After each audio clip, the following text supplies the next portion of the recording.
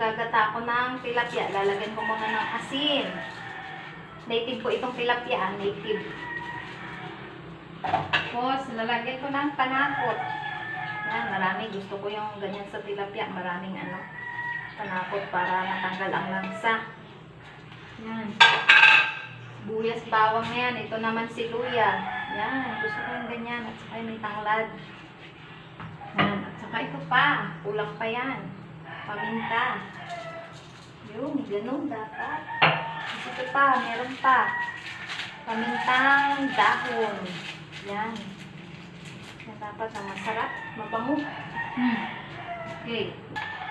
Pinapaksiw ko muna yan sa suka. Tuba ko itong suka na gamit ko ha. Natural na suka ko yan. Yan. Ganyan po ang gusto ko sa paksiw na tilapia.